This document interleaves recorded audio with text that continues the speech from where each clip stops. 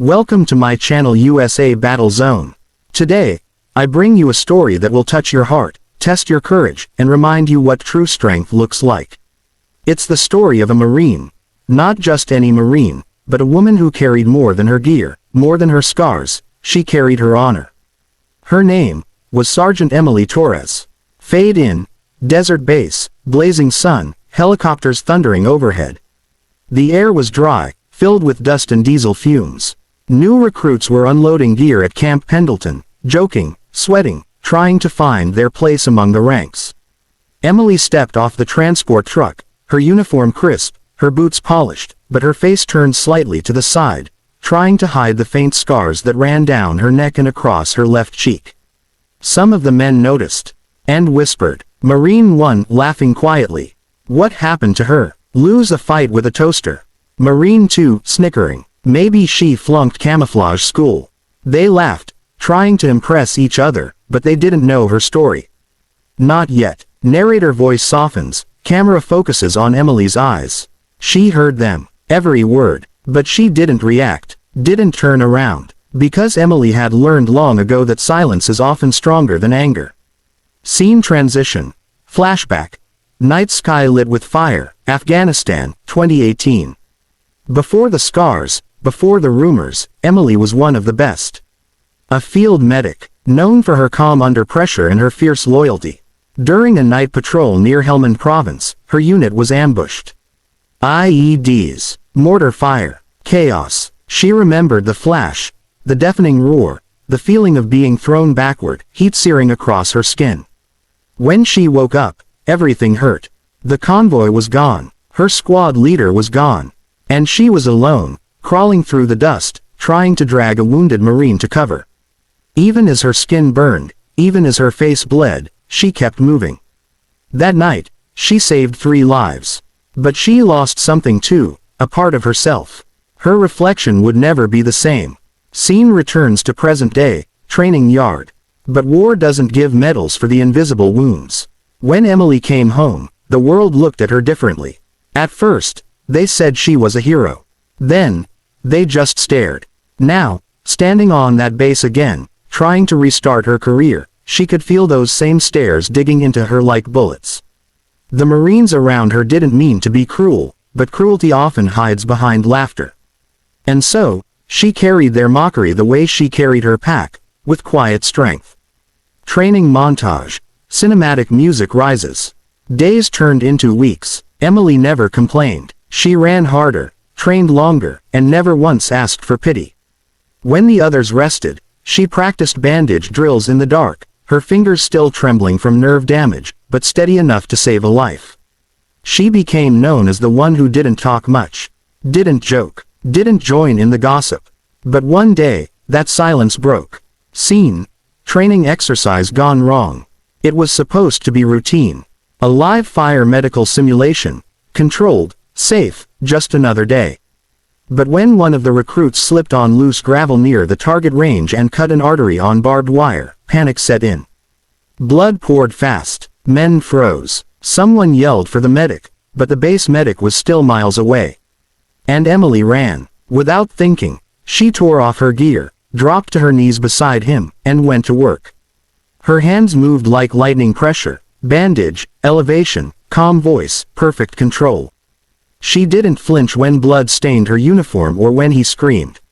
She didn't even notice when the others gathered around her, wide-eyed, realizing for the first time what she really was. A soldier, a savior, a Marine. When the medevac arrived, the young man was stable. Emily just stood up, wiped her face, and whispered, "He'll live." Then she walked away. No bragging, no speeches, just silence again. Scene. Later that evening, in the mess hall. The same Marines who had laughed at her now sat quietly when she walked in. No one said a word, until Sergeant Blake, one of the men who'd mocked her the worst, stood up. "Sergeant." Blake, softly. "Hey, Torres, I owe you an apology." She looked up, surprised. "Blake, I didn't know what you'd been through. What you could do." Emily nodded. "Now you do." Then she sat down and finished her meal, one bite at a time, as the rest of the room fell silent. Scene. 2 weeks later, Base inspection, early morning. The air buzzed with tension. General Marcus Raines was visiting, a man known for his strictness and his sharp tongue. Every Marine was ordered to stand at attention, uniforms perfect, boots shining. When the general entered the line, the air grew colder. He walked slowly, inspecting faces, posture, discipline. Then he stopped in front of Emily. He studied her scars, her stance, the faint tremor in her left hand. The other Marines held their breath, waiting for him to say something cutting. But instead, the general took a deep breath and stepped closer. General Raines quietly, Sergeant Torres, Afghanistan, Helmand Province, 2018. Emily straightened. Yes, sir. He nodded slowly. I read the report. You were the one who dragged Corporal Jenkins out of that blast zone. The reason my son came home alive. The entire platoon froze. The laughter from weeks before echoed in their minds, now hollow, now shameful. General Raines continued. I've seen men with medals who don't have half your courage. I've seen officers who talk about sacrifice, but never lived it. You lived it.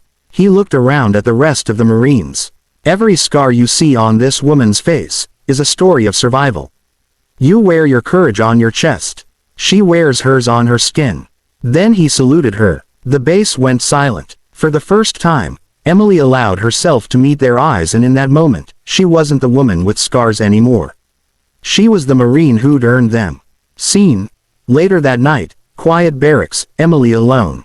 She sat by her bunk, looking at an old photo, her unit, before the blast. So many faces, so many gone. She touched the edge of the picture, her fingers tracing over the smiling faces of the men she'd saved. And she whispered, "We made it." For the first time in years, she smiled, not because the pain was gone, but because she finally understood what her scars meant. They weren't reminders of weakness. They were proof she'd fought, and lived. Scene. Narration builds, cinematic montage plays. Marines training, Emily leading drills, laughter returns, this time, shared. Days turned into months. The whispers were gone. Now, when recruits joined the unit, they didn't laugh when they saw her. They listened. Emily became an instructor, teaching not just combat medicine, but resilience. She taught them how to stay calm under fire, how to treat trauma in the field, and how to carry your past without letting it crush you. And sometimes, late at night, she'd tell her story not for pity, but for purpose. Because she knew there were others out there, hiding their pain behind silence. Others who thought their scars made them less. But she wanted them to know, scars don't define you. They remind you that you survived. Scene. Ceremony. Months later. The base gathered again, this time under clear skies and fluttering flags. General Raines stood at the podium, calling names for commendations. When he reached hers, the crowd erupted in applause. Sergeant Emily Torres, for valor, courage, and service beyond the call of duty. As she stepped forward, he pinned the medal to her chest and whispered, "My son still sends you a Christmas card every year. You saved more than one life that night." She smiled, eyes shining with quiet pride. Scene. Narrator softens, cinematic slow-motion shots of Emily saluting, walking among her peers, faces filled with respect. The same Marines who once mocked her now stood taller in her presence. They didn't see scars anymore. They saw a warrior, a sister, a survivor, and maybe, just maybe, they learned something that day. That true strength isn't measured by the body. It's measured by the heart that keeps beating, even after the battle. Closing narration. Emotional tone, background fades to American flag waving slowly. So, the next time you see someone with scars, don't turn away. Don't whisper, because you don't know what they've survived to still be standing. Sergeant Emily Torres once thought her scars were a mark of shame. But they became her armor, her story, her truth. And when the general saw them, he didn't see pain. He saw honor. If this story touched your heart, if it reminded you that heroes come in all shapes, all faces, all scars, then please, honor their courage the best way you can.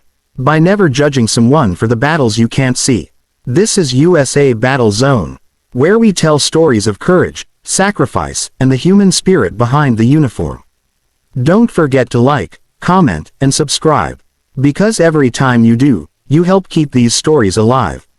Until next time, stay strong. Stay proud, and never forget those who carry their courage on their skin.